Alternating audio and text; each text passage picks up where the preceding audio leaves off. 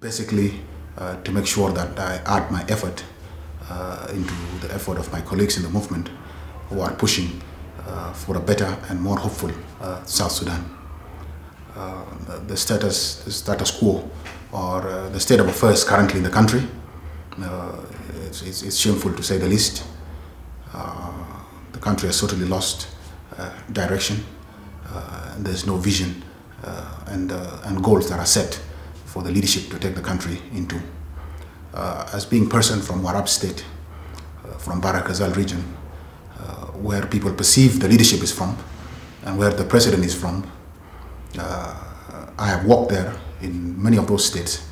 And the facts of the matter is that that region is the region that is suffering the most. The state of Warab is the state that is suffering the most. As we speak now, people are facing a hunger crisis in Warab State. As we speak now, there are conflict, inter-communal conflict within Lake State, where every day we are losing 50, 60, 70 people. These are Dinkas of themselves in their own region of Barakazal in the same state. The leadership is unable to bring all these issues to rest. The other issue that made me join the movement is the ever-increasing, ever-decreasing political space for the people within the country and within the region. Dictatorships seem to be taking hold in the country, and those activists that are having different views are being squeezed into a smaller space, and that makes it difficult. There's one person who said that those who make peaceful revolution impossible only make violent revolution inevitable. So this is basically what happened. Of course, when I rebelled, the members of the forum sat down and rightfully used the constitution to dismiss me from my position, which is their right to do that. Since I've rebelled against the system, there was no way I can continue to lead the youth back in South Sudan. I'm also a son of Warab State, from Barakazal region, a state where the president Salva Kiir Mayardit is from. And I decided to join the movement, basically to bust the idea that this war is war between two ethnic groups, the Nuer and the Dinkas. We want to reject that narrative, and the true narrative of the matter is that this is a leadership crisis in the country. This is a power struggle. This is a struggle of ideology and ideas on how to take forward the country. This is a fight between democracy and freedom. This is the fight between equality of all the ethnic groups in the place and supremacy of one certain group over the rest. So I decided to join the movement that is perceived to be from the Nuer ethnic group, while I'm from Dinka ethnic group, to say that this movement from now on has transformed itself into a national movement that represents the aspiration of the people of South Sudan. And that both sides of this conflict, there are people from these two ethnic groups and the rest of the ethnic groups in South Sudan. There are Nuer and Dinkas in the government of Salva, and there are Nuer and Dinkas in the movement led by Dr. Machar. So what we are trying to say is that the lack of leadership in the country is not only affecting the other ethnic groups. The first victims of leadership paralysis in the country are the Dinkas themselves. You can see in Warab the level, the socio-economic indicators in Warab are very, very poor. Whether you are talking about child mortality, maternal mortality, whether you are speaking about the hunger, the food security in the state, all these issues are worse in Warab State more than any other state. When you talk about insecurity, it is worse in Barakazal area. You can see now Lake State for almost how many years now have been fighting with each other without anything going wrong. This is an indication of failure of leadership. You can see in Warab as well, there are conflict in Warab. There is leadership issues in Warab. There is no development going on there. People are starving. So we, the Dinkas, should not put our head into the sun and say that because our son is the leader, everything is okay. Everything is not okay. If you want your son to lead, it's better that he leads in a good way in a good manner and unite the people of South Sudan so that all of us can benefit from this country. We fought for this nation.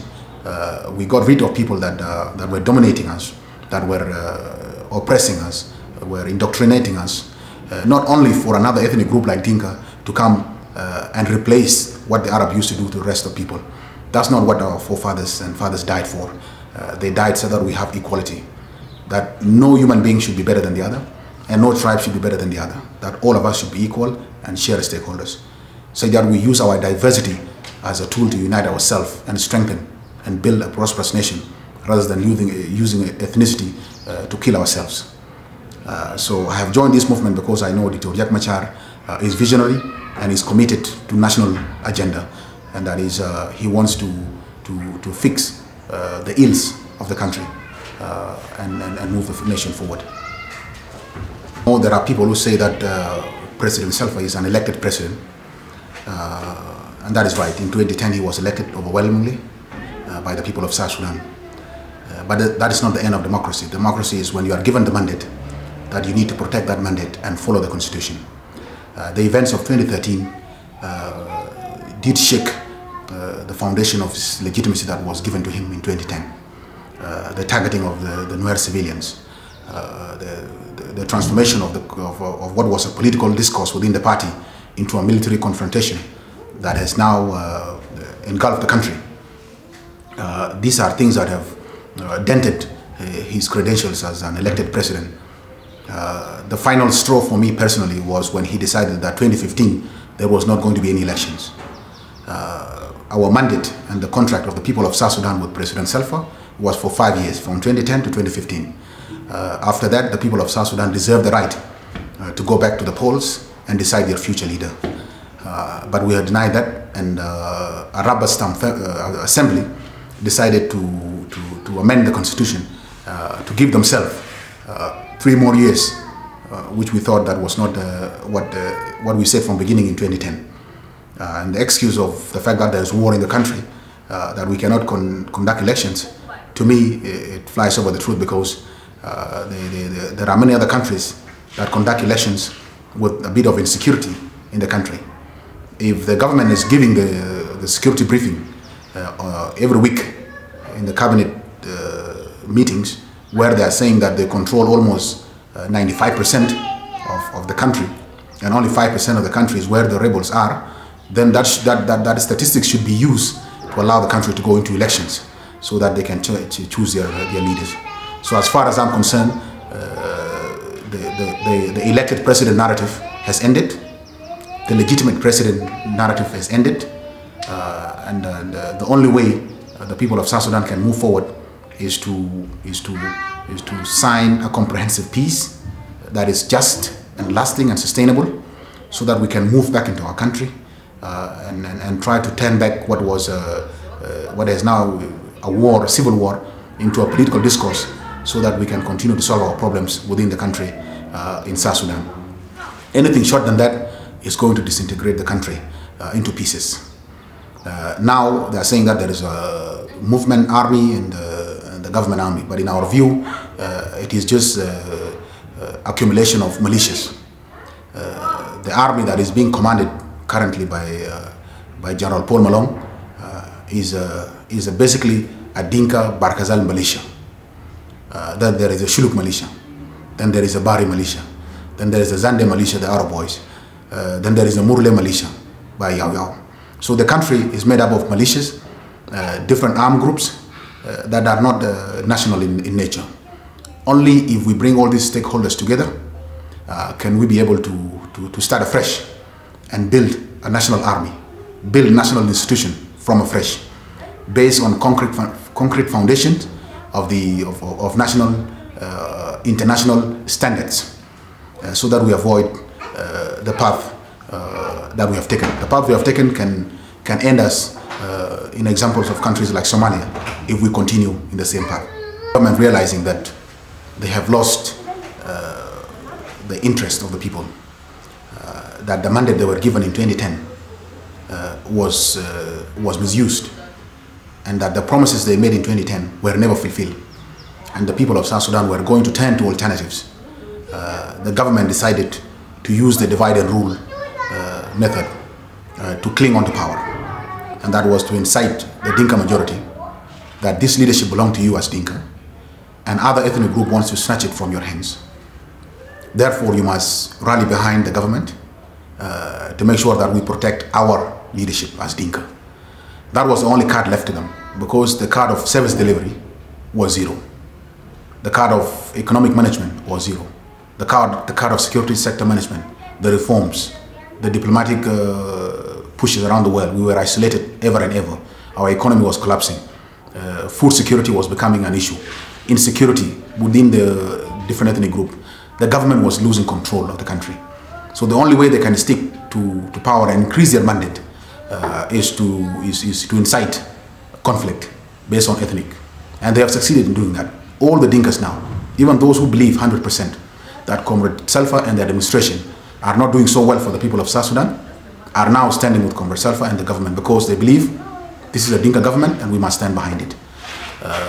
To me, this is uncalled for, and Dinka as a tribe is a big tribe that has sacrificed so much to bring the country where we are today.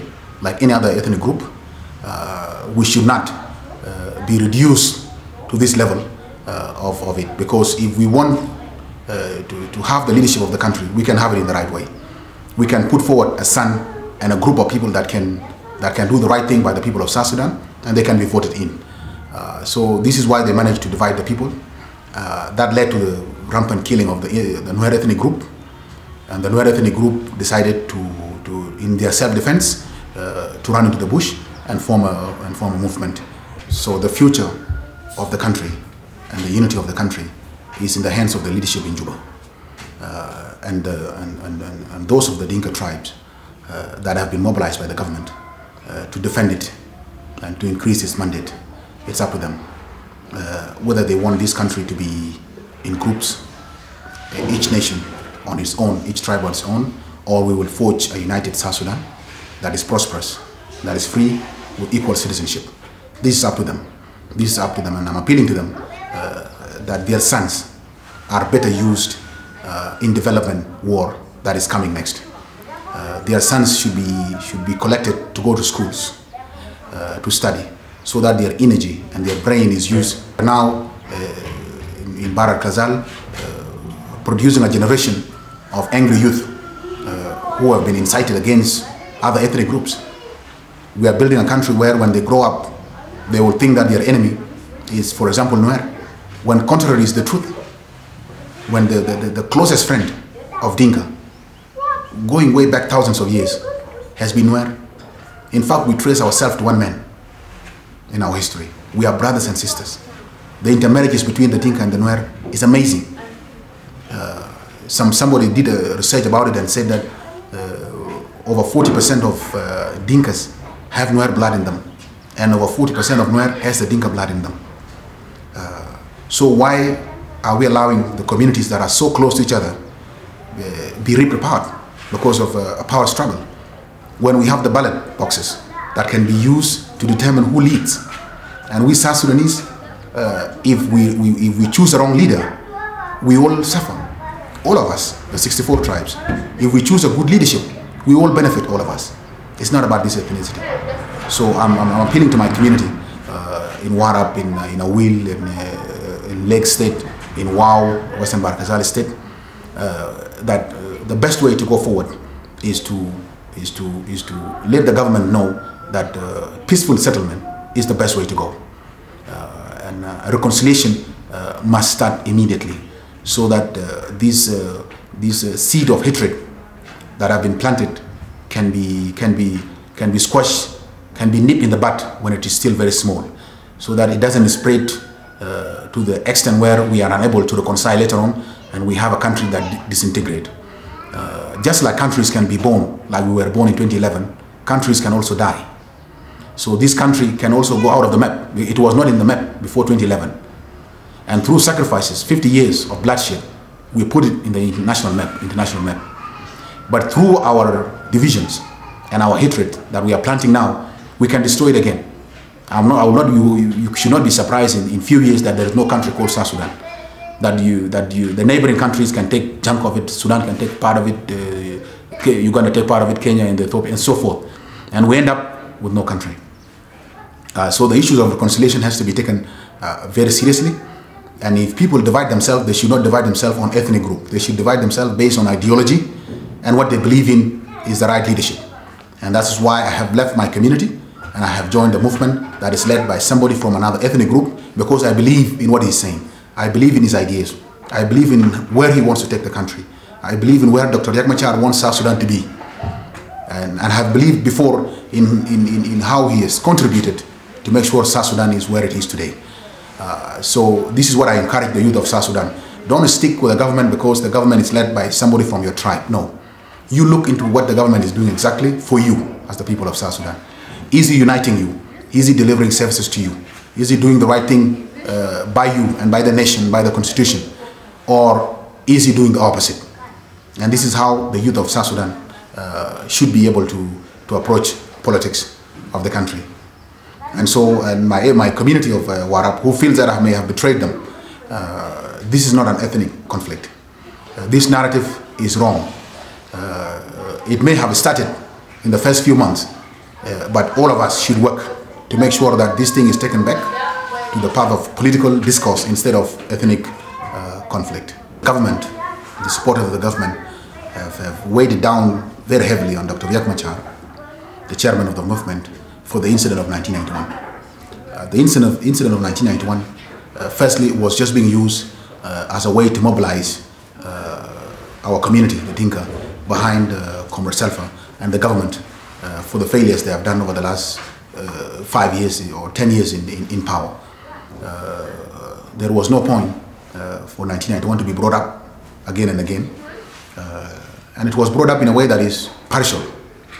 They don't reveal the whole story. Is that in 1991, while ethnic Dinkas were killed, more ethnic Nuer were killed in revenge attacks. And so there were the killing of the Dinkas board, but also the SPLM went into the areas of Law and killed the Nuer in big numbers. So they are not talking about it in a fair way, in a way that can unite the people. They were using it as a tool to try and demonize Dr. Machar and try and reduce his political credit. But these are false. Dr. Machar has got over that. The people of South Sudan have got over 1991. He has apologized for his part of it. It is up to those that committed atrocities of 1991 on law to come forward and apologize for their action. So I don't think 1991 is brought up in a good way to reconcile the people of South Sudan. It is brought up to incite ethnic hatred, to mobilize our community, the Dinka, against Dr. Machar, which is not the right way to go. The South Sudan need all the 64 ethnic groups. If we the Dinka think that we can rule this country without the Nuer and the rest of 63 ethnic groups, we are liars, and we will be proven wrong by history. Likewise, if the Nuer believe that they can rule the country without the Dinka and the rest, still the history will prove them wrong.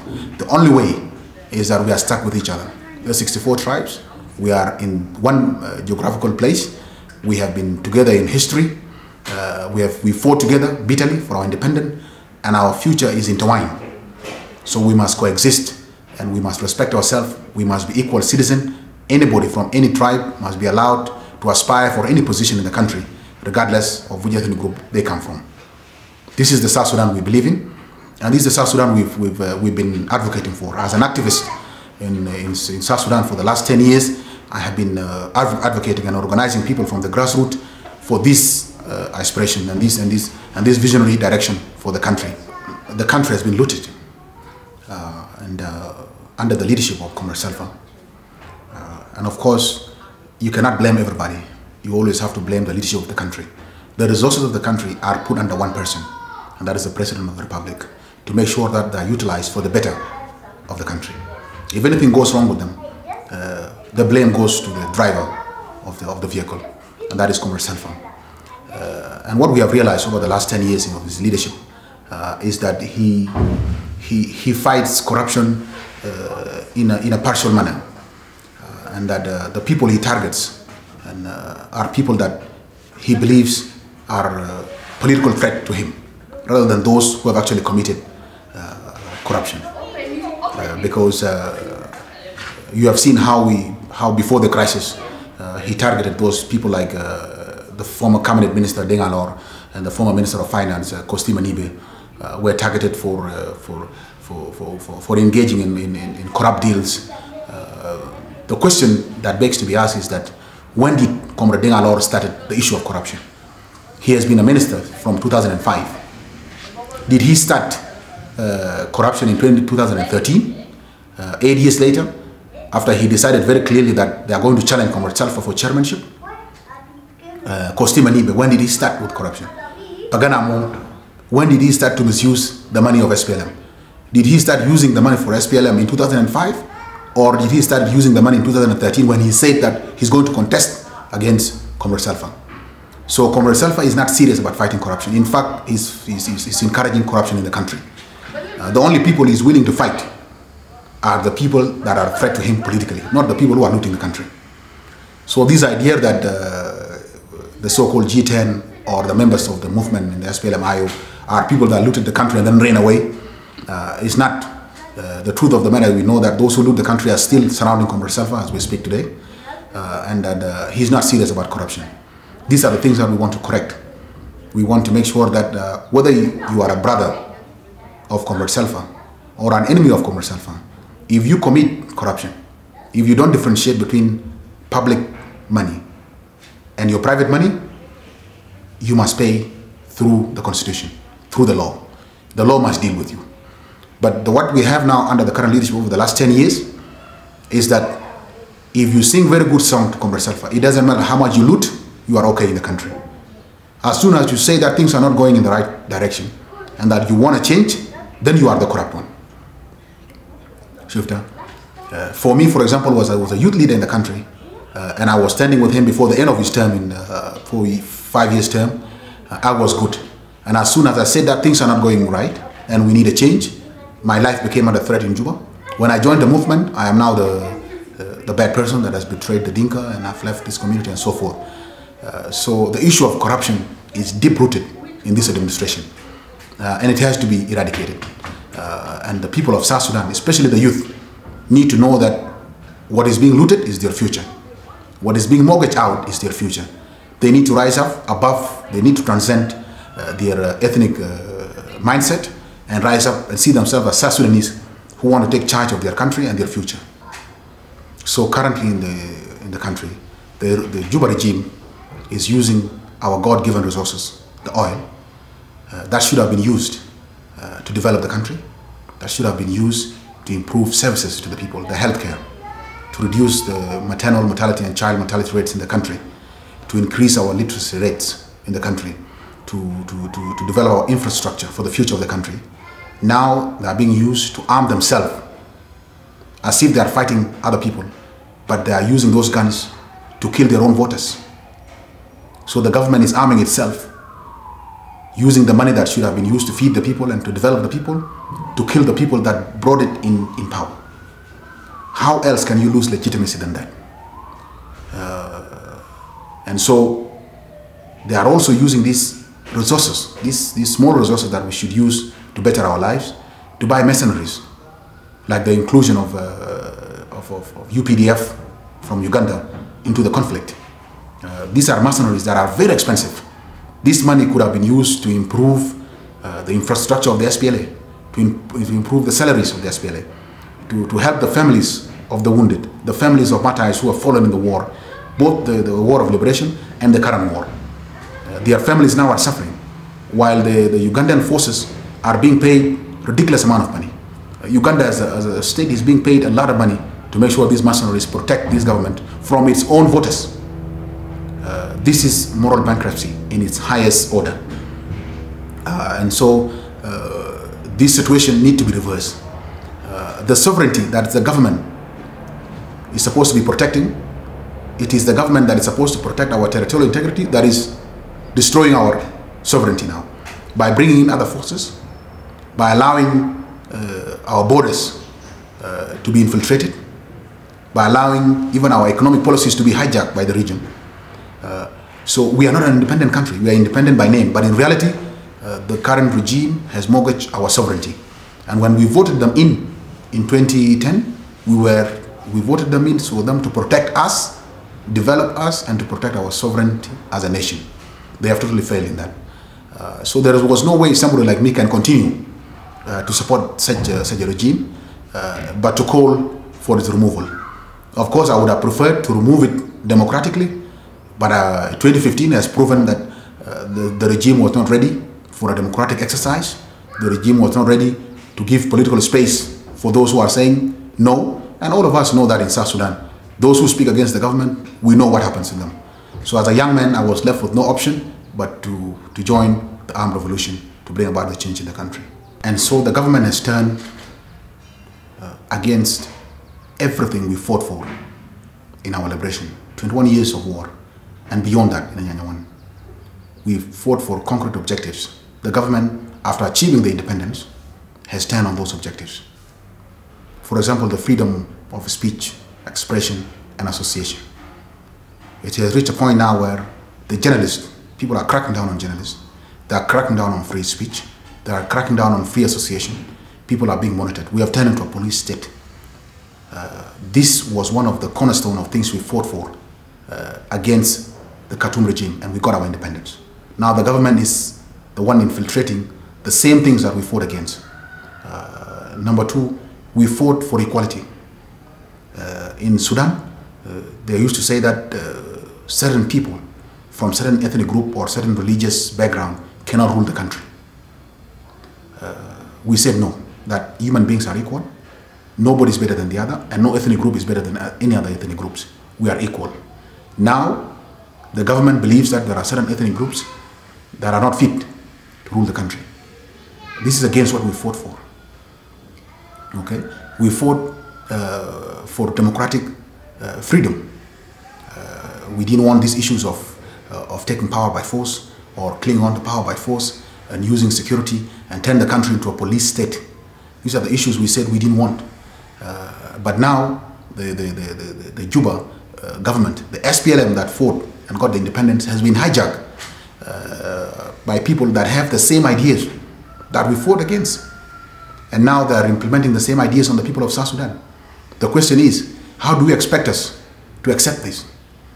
If the people of South Sudan were brave enough to fight off the Arabs, who were by then more advanced education-wise, and their system was more entrenched, and we managed to get rid of them from our neck, the people of South Sudan are strong enough still to get whoever that is stuck on their neck out. So people should not have illusions that we can have a dictator in South Sudan. There is no space for South Sudanese to be dictated. There is no space for South Sudanese to be discriminated. And so this movement is going to grow, is going to grow, is going to get bigger, it's going to get more national, it's going to include more youth, are joining in big numbers as we speak. And we will drive the message home very soon, that the change is going to come one way or the other. And that is for the better of the people of South Sudan. And so the government has turned against the Troika. They don't want them in the peace talks. They are restricting their movement within the country. The people that were responsible for helping us to attain our independence, they are still the one, as we speak, feeding our refugees in the camps, whether it is in the UNMISS camps or in the camps across the country, where the government has turned and killed its own voters, displaced them, sent them to the camps. The Troika countries are the one coming in feeding these people, okay? While the government is using the money from the oil to arm itself to kill the same people. And at the same time, Troika is still the enemy of the country. The message from the movement is that Troika is not an enemy of South Sudan. It is an enemy of the regime of Comrade Salva. But we, the people of South Sudan, appreciate the Troika, the USA, the European Union, and all the friends in the world, in Africa, and within the region that have worked so hard to make sure that we are independent, and they're still working hard now to make sure that peace is restored in the country. They are accommodating our people. Ethiopia, for example, thousands of people are being accommodated in Ethiopia. Thousands are being accommodated in Uganda. Thousands are being accommodated in Kenya and in the region. So the region is working very hard to make sure that we restore the stability in the country so we can move forward. They are all our friends. So the people of South Sudan appreciate their efforts, and we stand with them. And we hope that they continue and they don't give up on us until we can find our footing. The government has lost its direction and vision, and that's why it's losing its friends and turning friends into enemies. So I want to tell the people of South Sudan that there is hope, that all this madness and this violence will be brought to an end. People should not despair that this violence will not end and will never end. Anything that has a beginning has an end. And this started as a misunderstanding, but we have the strength within us, the people of South Sudan, to unite again and forge a common understanding and move forward to build a prosperous nation. Why I say that is that we have done that before. We have been divided before, and we have united ourselves under different conditions. First, by fighting off the colonialists before 1956, and also to fight for our freedom from our brothers in the north. This only came because we are united.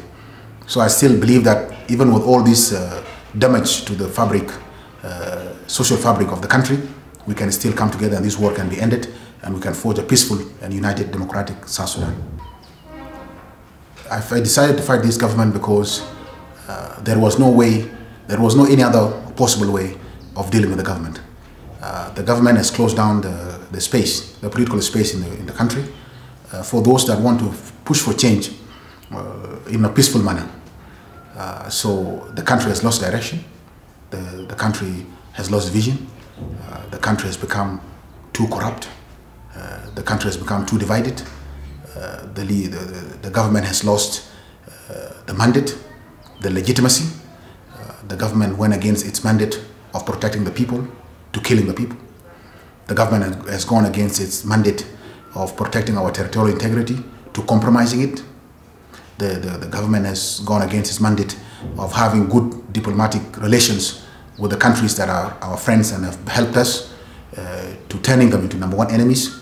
So the government has done too many mistakes for me to continue to support the government without saying anything. As much as I would have preferred to speak with my mouth and use peaceful means within Juba, it was clear to anybody that is in Juba that there was no space for such that. It was either you were with the rebels or you are fully with them. And I decided that I could not be with them and that I had to be with the movement.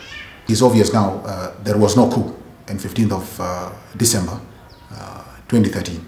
Of course, the government came out and pushed that narrative, but the false and the lies are always quick to go out, but eventually the truth follows and catch up with the lies. The truth of the matter is that there was no coup in Juba. It was just a small incident within the Republican Guard that was misused by the militia that went on door to door, cleansing the Nuer ethnic groups that incited the Nuer to fight the government in massive numbers. The person I put most blame for the current suffering, of course, is a combination of many things, but the blame has to squarely fall in the foot of the President of the Republic, Comrade Salva. It was under his watch that a country was divided. It was under his watch that an ethnic cleansing of the Nuer was conducted in the city where he was. It was under his watch that what was an SPLM internal discourse was sprayed to the military and the soldiers were involved. So the hatred that has been sown under his leadership. Of course, history cannot forgive him about that, and that will be part of his legacy as the president that oversaw the disintegration of the country. So I put the blame in him, as much as I put the hopes that this thing can be turned around under his leadership. And if he really concentrates and listens to his internal instinct, I believe that Comrade Salva can turn this thing around. If he doesn't listen to the negative voices that surround him, people who don't believe that they have an interest in a free and democratic South Sudan, people that want to benefit from the war, who want to profiteer from the war economy. If he stopped listening to such people and listen to his own instinct, as somebody who has fought for the freedom of people of South Sudan for two wars. In Anyanya 1 he fought, in SPLM he was one of the leaders, the founding members. So I still have faith that if he really listens to himself and he talks to himself, he can bring peace to this country. But unfortunately he's surrounded and he's been hijacked by opportunists that want to make sure that this line that is being pushed continues until we don't have a nation anymore. So it is my appeal to him to get back to himself, the Comrade Selfa of before 2005, who was ready to sacrifice his life so that his people are free. Cannot be the same Comrade Selfa in 2013 who can do anything and everything to make sure that citizens die. And so all these contradictions within the SPLM are brought about by the decision of Comrade Selfa to get rid of the original members of SPLM, sidelining them together from the decision-making process, and brought in opportunists that were fighting against us during the Liberation War, that were clearly opportunists who decided not to go to war and decided to live with their families and enjoy the benefits of being in cities like Khartoum and Wau and Malakal. These are clear non-opportunists who will sing any song to the leader to make sure they get their food. These are the people now that have now been brought in and are the one controlling the SPLM. Of course, an SPLM like that cannot do what it used to do in the bush, because those who are in the bush are either now outside the country fighting the government, or they are within the Juba and they have been sidelined and they are sitting in their houses. Those who believe that they cannot pick up arms are sitting in their houses and they are watching Comrade Selfa go. So somebody like me, who grew up as a young man in the SPLM, as a child in the SPLM, grew up, knew nothing than SPLM, I cannot recognize the SPLM of today completely. I just see Comrade Selfa and maybe Comrade Waniga, and from there I don't recognize anybody from the SPLM. And that's why we have lost direction and vision, because it was not their direction, it was not their vision. It is the guy with a vision that follows his own vision. But you cannot bring in an opportunist and counter-revolutionaries and expect them to continue with your vision. Even the youth, the Comrade Selfa has got rid of his youth, the Red Army, that he trained himself. He indoctrinated them, and he spoke to them, and he told us that you are the future of this country.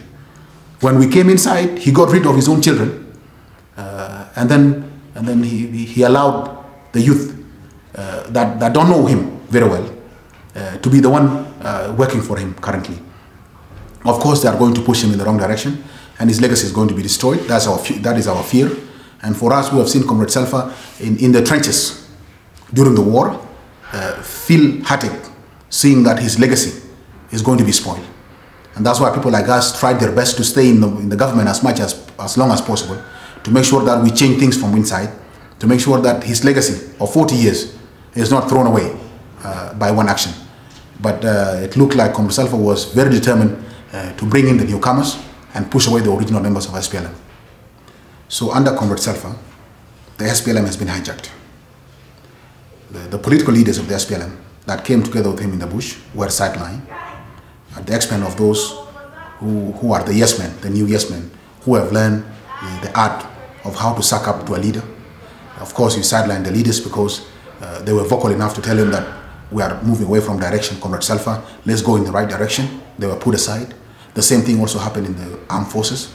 The original SPLA soldiers are now suffering on the street. Some of them are alcoholic, some of them are committing suicide, they cannot take care of their children. The wounded have been left on the streets, the veterans have been forgotten completely. The SPLA currently has been taken over by militias that were recruited after 2005. These are the soldiers now called the SPLA soldiers. The name has been left the SPLA, but the original SPLA who did the work and free the people have been left on the streets. The SPLM has remained SPLM, but in reality, it has become a house of opportunists, because they are expert in making Selfa feel good and telling him what he wants to hear. But for us in the bush, it is not about telling him what he wants to hear, it's about telling him what is the right thing and how it can be built. Because if we wanted to destroy him, if we, the SPLM, original SPLM, wanted to destroy Comrade Selfa, we would have destroyed him from 1983. But we nurtured him from 1983. As a young captain who joined the movement, he was nurtured by the movement leaders, his colleagues, until he became a general, until he became a president. So when did we turn around and we wanted to destroy him? It is the fact that we want to tell him the right way to go. So we are not going to flatter anybody. We will tell him the truth, that yes, you have done well in the past, but from this point, you don't have what it takes to take us into the future. Let's allow other colleagues that are more prepared to take us into the future to take over the leadership of the country. So what needs to be done to end this war is for the leaders to rise up and make the necessary compromises that are required to bring about peace. The idea of military solution should be put as far away from our minds as possible, because the Juba regime believes in a military solution.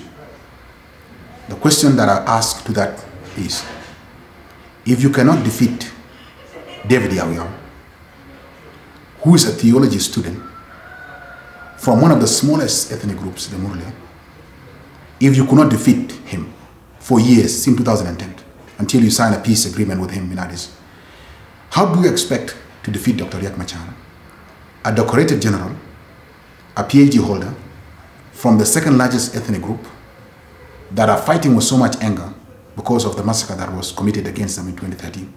How do you expect to defeat him if you cannot defeat Yawyao? So the issue of the military solution should be taken away. It is an illusion that the movement can be crushed militarily. It is an illusion. And the more you have this illusion, the more you continue the suffering of the people of South Sudan.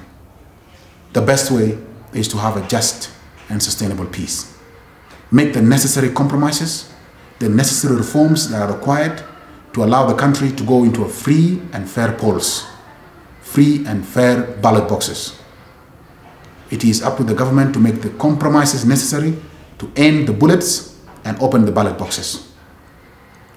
The movement has been ready from day one for peace. And the demands that are put forward are legitimate demands. Most of these demands have been accepted by mediation. So it is up to the government to realize that peace is the only way to stop the country from collapsing. The economy is at the verge of collapse. People are facing starvation. Our people are suffering in the camps. Our soldiers, the young soldiers from both sides, whether it is the government and the movement, are young people that could otherwise be used to build a nation instead of using them to destroy a nation. These are young people that can be oriented to be united in mind rather than being oriented to hate each other. So the best way is to negotiate faithfully and make the brave and painful compromises needed of leaders to bring about a peace. So this is my message to both leaders and the people of South Sudan, to remain hopeful and encourage the leaders on both sides. We in the movement will encourage our leaders in the movement to make the necessary compromises. The same thing should be with the people of South Sudan under the government control areas. They should be agitating for peace instead of agitating for war, so that we can end the suffering of our people as soon as possible and stop our country from collapse and disintegration. So it is the leaders to make the compromise.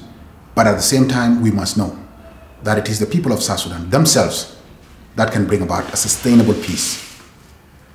It is not the Troika, not the IGAD. It is not the region, Africa, or anybody in the international community that will bring a sustainable peace. It is you that needs to look into yourself as the people of South Sudan and ask yourself, do you want to live as a united people, as one people? Or do you want to live as a groups of tribes, each one of their own? Do you want to build a sustainable country called South Sudan, a prosperous country that sees its citizens as equal regardless of their ethnicity? If you don't answer those questions, nobody will bring you peace. The rest can only facilitate. They have their own interests and they have their own issues that they address to their own voters.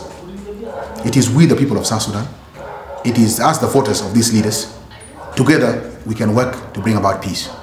Even if the peace is imposed on you and you don't have reconciliation in your heart and you are not willing to live and coexist with your brothers from other ethnic groups, that peace will not be sustainable. It will just be delaying the war. It will just be buying time so that we can arm ourselves more and engage in bigger and bigger atrocities. The reconciliation must start with us, and the peace process must start with us. We must size this peace process so that we can act as a sovereign country. The leaders that are currently fighting were once brothers, and they ate together. They were in trenches together. They were bombarded together. They went to battles together. They ate from the same plate. There is nothing that can stop us from going back. The Nuer and the Dinkas have been brothers and sisters for far too long. They are too intertwined more than any other ethnic groups in South Sudan. There is nothing that can stop them from working together again.